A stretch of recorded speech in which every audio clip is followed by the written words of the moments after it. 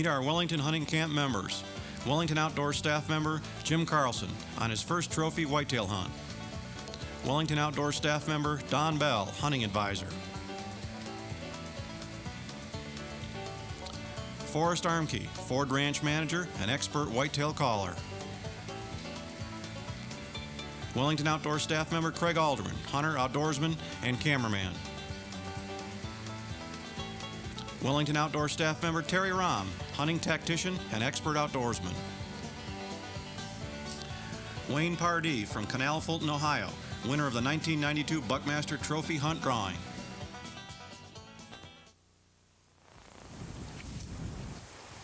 Wayne, what we're going to do, we're going to hunt this area right here. We're going to work these scrapes like this underneath these overhanging limbs through here. We're going to take a tarsal gland, we're going to hang it up in relation to the scrape. Hello, I'm Terry Rohm with Wellington Outdoors, and welcome to Buck Madness 2. On this first hunt, Don Bell and Wayne Pardee located some scrapes by a field. They're getting ready for an evening hunt using a tarsal gland and dominant buck urine.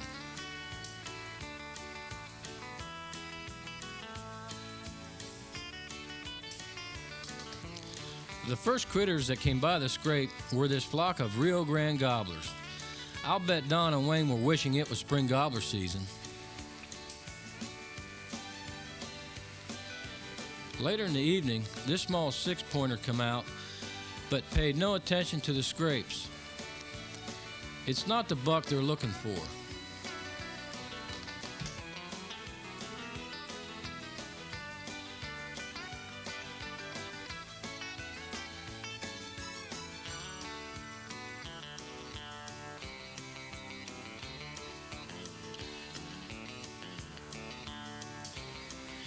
It was getting dark and things were looking bad when this buck started towards the scrapes. Watch him stick his nose out smelling the buck urine.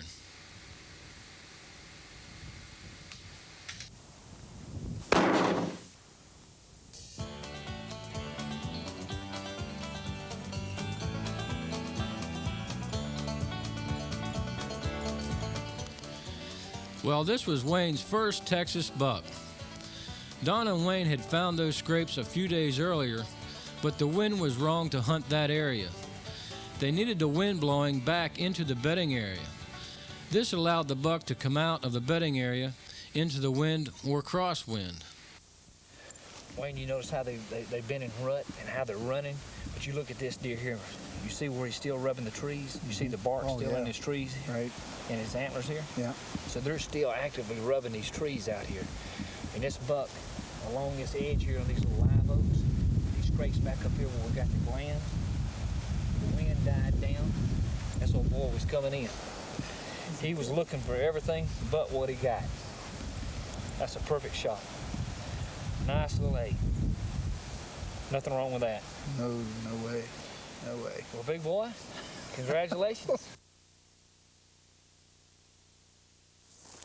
Jim, have any luck? Yeah, I had luck, all bad. Bad luck? Yeah, this big buck came through the thicket, got the crosshairs on it, ready to shoot it, and all I heard was click. Click. That was it. The shell was in the chamber. It didn't shoot. Didn't shoot at all. You know, that is bad luck. That has never happened to me. That's hard to believe. Are you sure it was a big buck? It was a big one. It was very big. Probably the biggest one we've seen this week.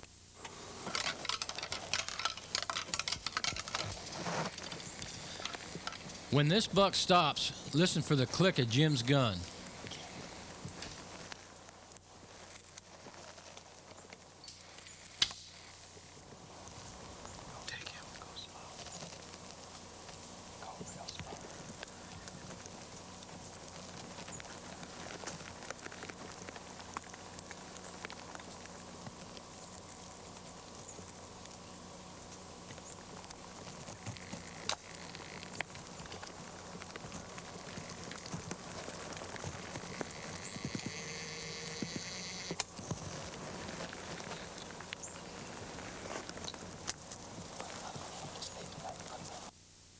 Well, what we need to do is go back and check the gun make sure it's good and clean. And like I said, that's never happened to me. So don't worry about it. That's part of hunting. Never give up. And we'll go back out tomorrow and see what happens. We'll give it our best shot. Let's go check your gun. I don't believe this. Well, here's Jim and Forrest Armke, manager of the Ford Ranch, getting ready to rattle the next day. Jim's hanging up a tarsal gland, so when Forrest rattles and the buck circles downwind, he'll smell another buck. Sure hope Jim's luck changes.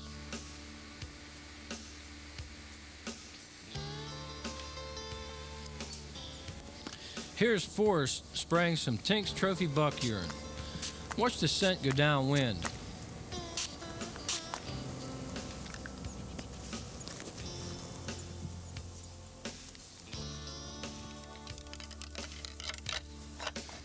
We just want to show you what our rattling location looks like. You want to make sure you can always see your downwind side, because if that buck comes in, that's where he'll go. Make sure you watch the wind at all times. I like to use a string. The string lets me see the direction and any changes in the wind. And make sure you use a good strong cover scent, like Tink's Red Fox or Bandit Coon cover scent.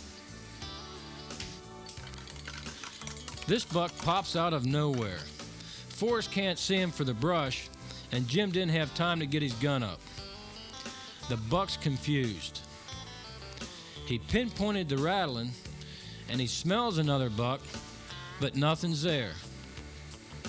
Here's where the buck urine and cover scents work. They hold this buck just long enough for one good shot. Watch where this buck ends up. Straight downwind.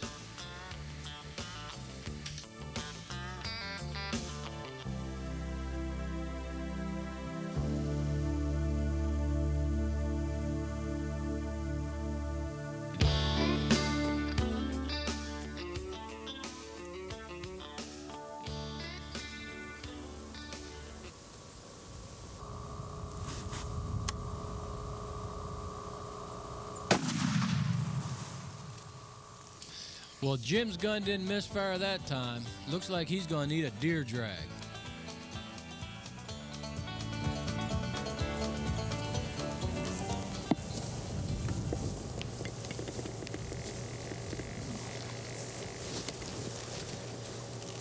Oh, nice buck. Thank you. That's, Boy, he come in, didn't he? he really did. He didn't waste much time. Right straight downwind. He was sniffing of that buck urine. Yeah, that buck urine really worked. Made him. He's got good stick up his bases on him. nose. Good buck. He's in good body condition, too. Looks good. Ooh, he Yeah. smells. Golly. Look how ranked them glands are. Yeah, he's really. He's been working them. Got good thick horns. Look, this is a genetic where they come together like that. It's a type of genetics. He just carried that through his life. Is that right? Look here where his ears been ripped when he's been fighting. That's this year. Still fresh scar. Looks good. Well, he come right in. He wasn't very far from us. No, he wasn't. I didn't even see him until he got up there, and he looked at us like it was gonna. I had sprayed that Spook and- buck urine in the air with a little spray can. Boy, that brought him in. Come right across. When you're out hunting, you can always learn something from watching animals. Here's a young button buck leaving scent on overhanging branches from his forehead gland. The gland is located between the antlers and down to the eyes. Research has shown that the gland is most active during the breeding season. Researchers are almost certain that this gland is a source of scent that is left behind on buck rubs and overhanging branches at the scrapes. The forehead gland is just one of 7 known glands deer use to communicate.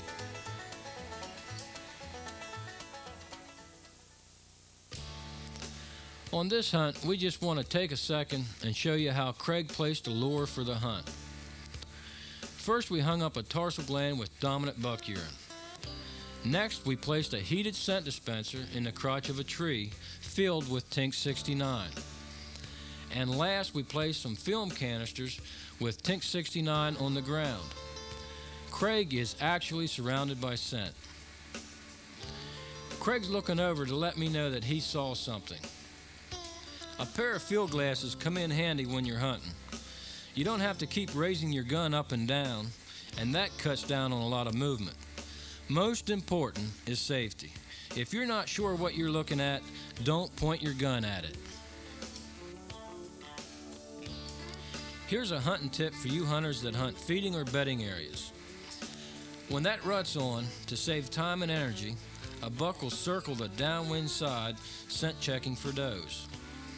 If he smells something interesting, he will stop and investigate. If he doesn't smell anything, he will move on looking for does. Place your lures on the upwind side of the area you are hunting to attract his attention and lure him closer.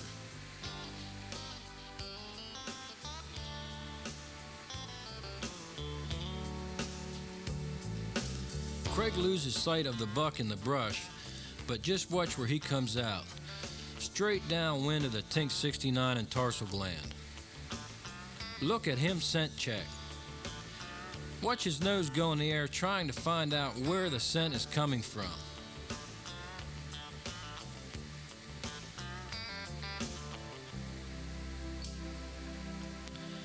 Watch him move crosswind, checking the downwind side of this doe.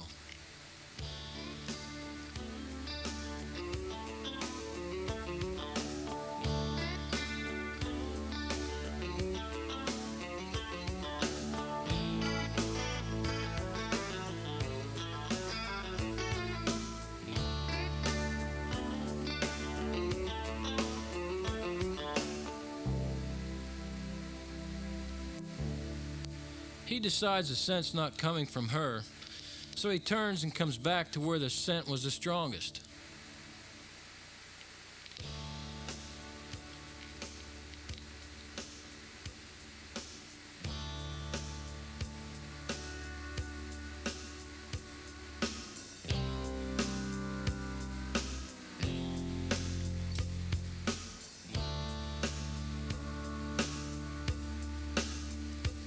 Now, he knows for sure where it's coming from.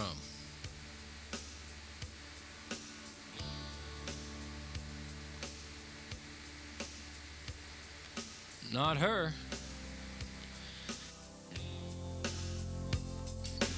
Is there any doubt why we say Tinks is simply the best?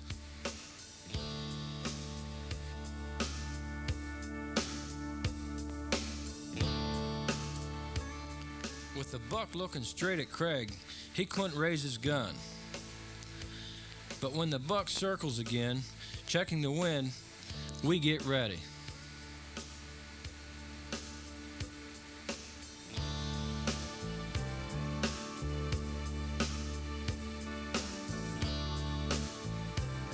Tinks brought this buck right back.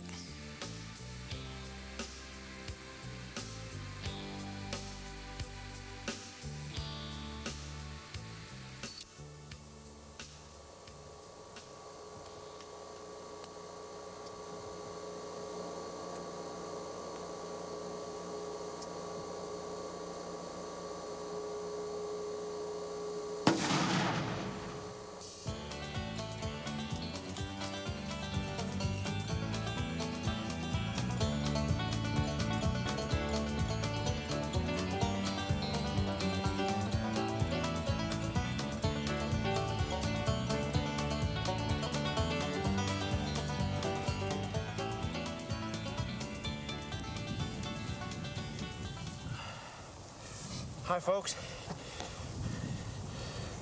This is an example of what hunting Texas can be like using scents and lures. This buck traveled about 180 to 200 yards in about 3 to 4 minutes. We spotted him about 15 minutes ago, 120 yards from my stand.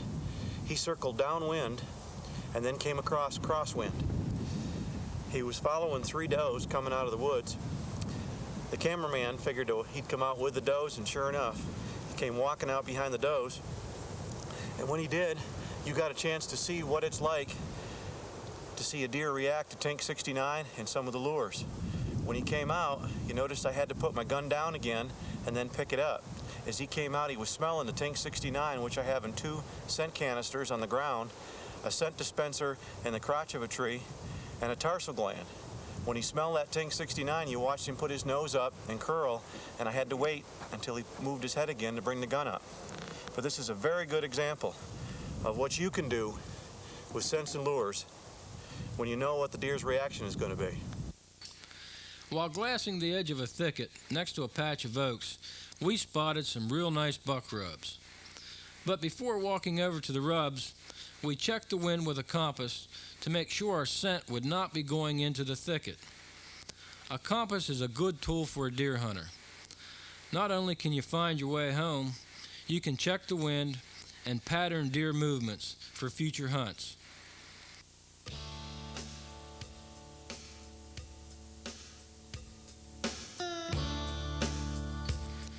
When we got over to the rubs, we found a big scrape. The wind was right, so we put out some lure getting ready for an evening hunt. We're hoping the wind will take the scent back into the bedding area. There was a lot of deer droppings in this area. There was a lot of old, not so old, and fresh droppings. What that's telling you as a hunter is that the deer are spending a lot of time in this one area. They could be feeding on the acorns, and it's just a good all-around deer place.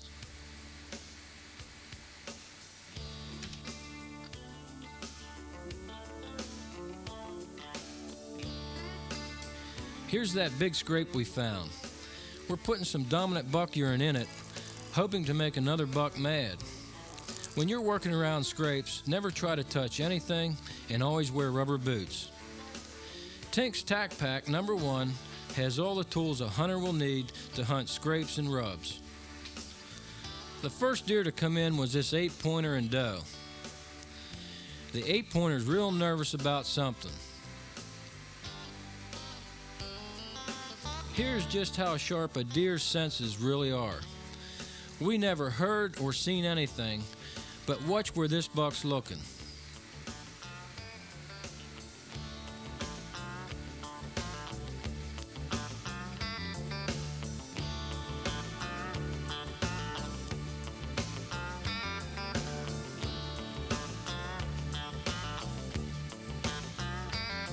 Here's why that 8-pointer was so nervous. He knew this dominant buck was around.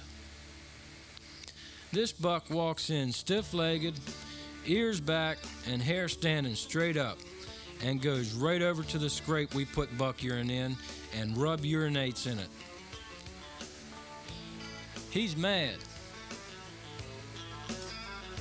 He smells another buck in his bedroom.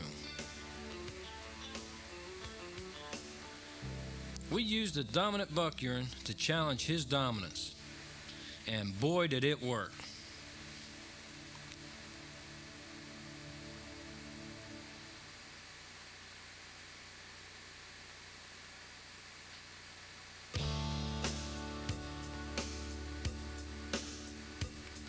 Watch as a rarely seen rub urination takes place. He's telling us he's the boss.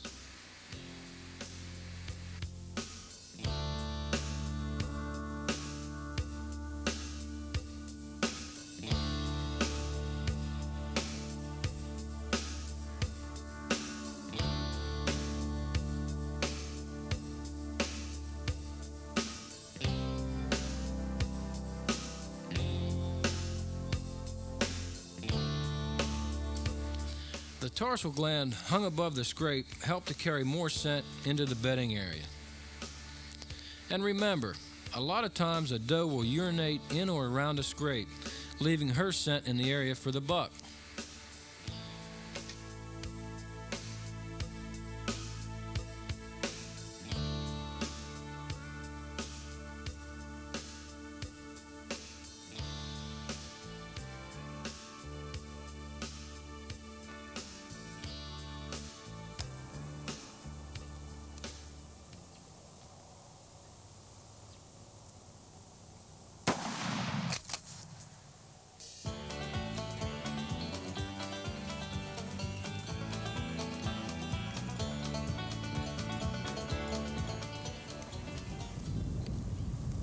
That's a pretty buck.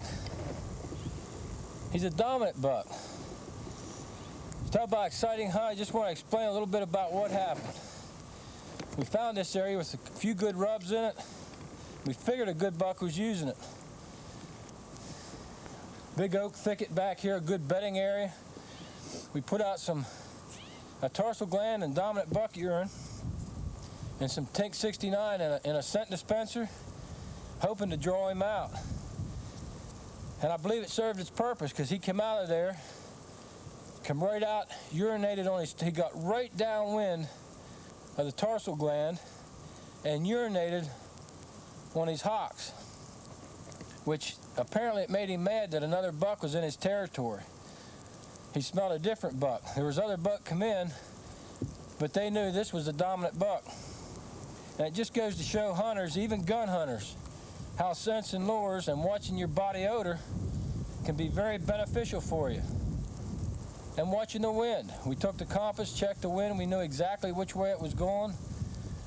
It was a perfect time to hunt this spot because the wind was the right direction. Deer come out of the thickets crosswind, checking the area. So it's been a great hunt. Here in the Ford Ranch, we're in between a front, some freezing rain, some sleet, and it's really making these deer move. It's been a good hunt. These next few scenes, we just want to show you some of the things that happened on our week at the Ford Ranch. For anybody that believes natural deer lures do not work, here's a good scene to watch. This young 8-pointer gets a whiff of Tink 69 in a scent dispenser and goes straight to it.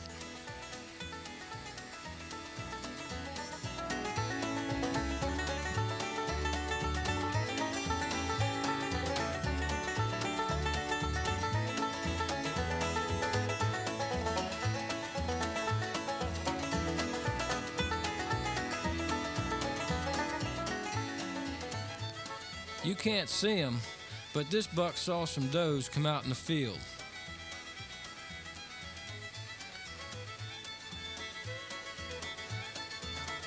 And he ran those does all evening.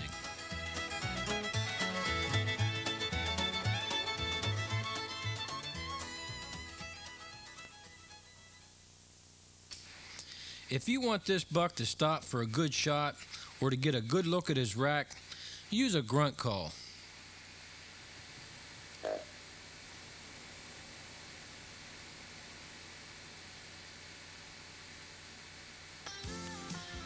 He stopped for a perfect shot. He's just not big enough.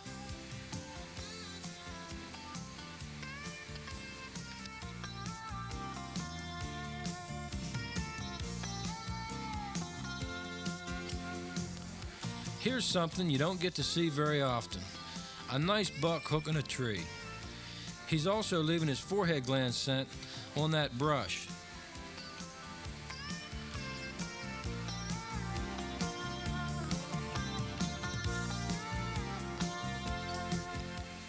The next two pieces of footage are rare. They show why we enjoy hunting. Not just for the hunt, but being able to see wildlife in its natural habitat. Wonder what that bird's doing. And I wonder what that doe's thinking.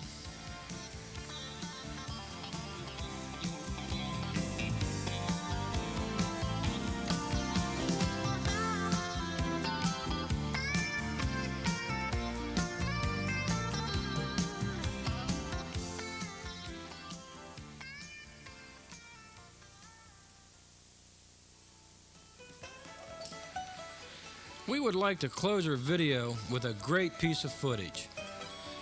This young deer plays in that water hole for 5 minutes, jumping and kicking and splashing and just having a good time. We as hunters have to do our part to protect our environment and its wildlife, so we can teach our young hunters about the great outdoors. Until next time, think safety and take a youngster hunting.